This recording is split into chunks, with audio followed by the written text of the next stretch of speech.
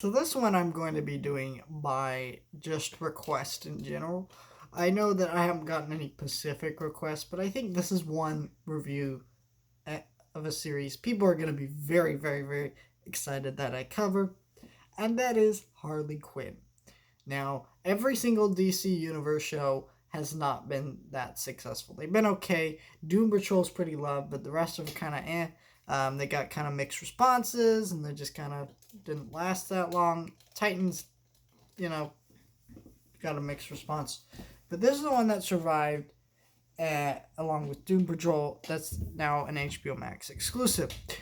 And out of all the shows, this is the one I've been the most excited to check out because, frankly, I like Harley Quinn a lot. And the way she's been portrayed in movies is bad. Really bad. Even though I enjoy Birds of Prey, I did not enjoy her portrayal in that movie.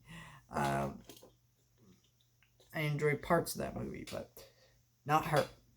And I'm going to be reviewing every single episode of the show every Sunday. And let's start with the first episode, Till Death Do Us Part.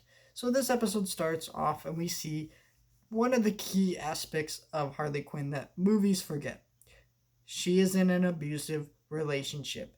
It is a messed up, bad relationship. It is not healthy. It is toxic. It is terrible. And no movie should be treating it as anything other than that. And most people want to skip over this aspect in movies. Or if they're going to touch it, they want to kind of pretend it's good. I know people say this stupid statement. Oh, my relationship is like Harley Quinn and the Joker. That's not a good thing. And so we have Harley in this show, who, she gets arrested for the Joker. Joker gets away, doesn't bother to save her. By all means, he could. He could save her. He has enough goons that he could break her out of prison. He leaves her there for a year. Finally, Poison Ivy breaks her out to save her and is like, listen, we should team up. And you can see her goal, which is going to be her goal throughout the season, which is to be taken seriously as a villain and be taken as part of the League of Supervillains, the League of Doom, which she wants to be taken seriously as a real villain. And she thinks maybe the Joker will love her and accept her more if she's a real villain. But she can kind of just see past it all. And you see that there's still some pieces that she has to work through. And that's the best thing about Harley Quinn. Is that she is... This is how you do feminism, right? Is she is a character who has had a messed up relationship with somebody, and she grows past it and becomes a strong, independent character. And that's what people love about Harley Quinn in the comics and stuff.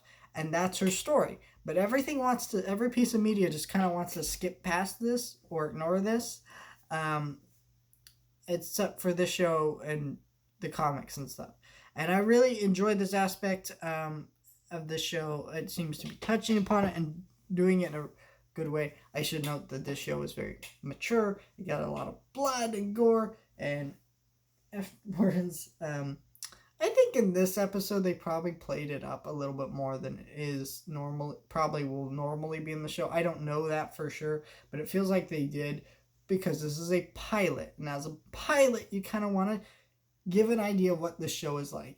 So they kind of played everything up to an extreme to maybe show, hey, this is what this show is going to be like.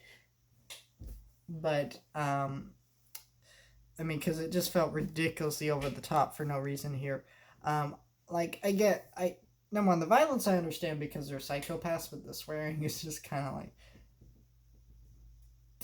I don't mind language, but it just felt like they just put it there because you can. And hey, we're an edgy adult show, which maybe it'll just become more natural over time. Looks like something that probably will happen, but it's just a minor flaw. I think overall this show is very good so far, and this is my first time watching it. I'm very excited to check out the rest of it.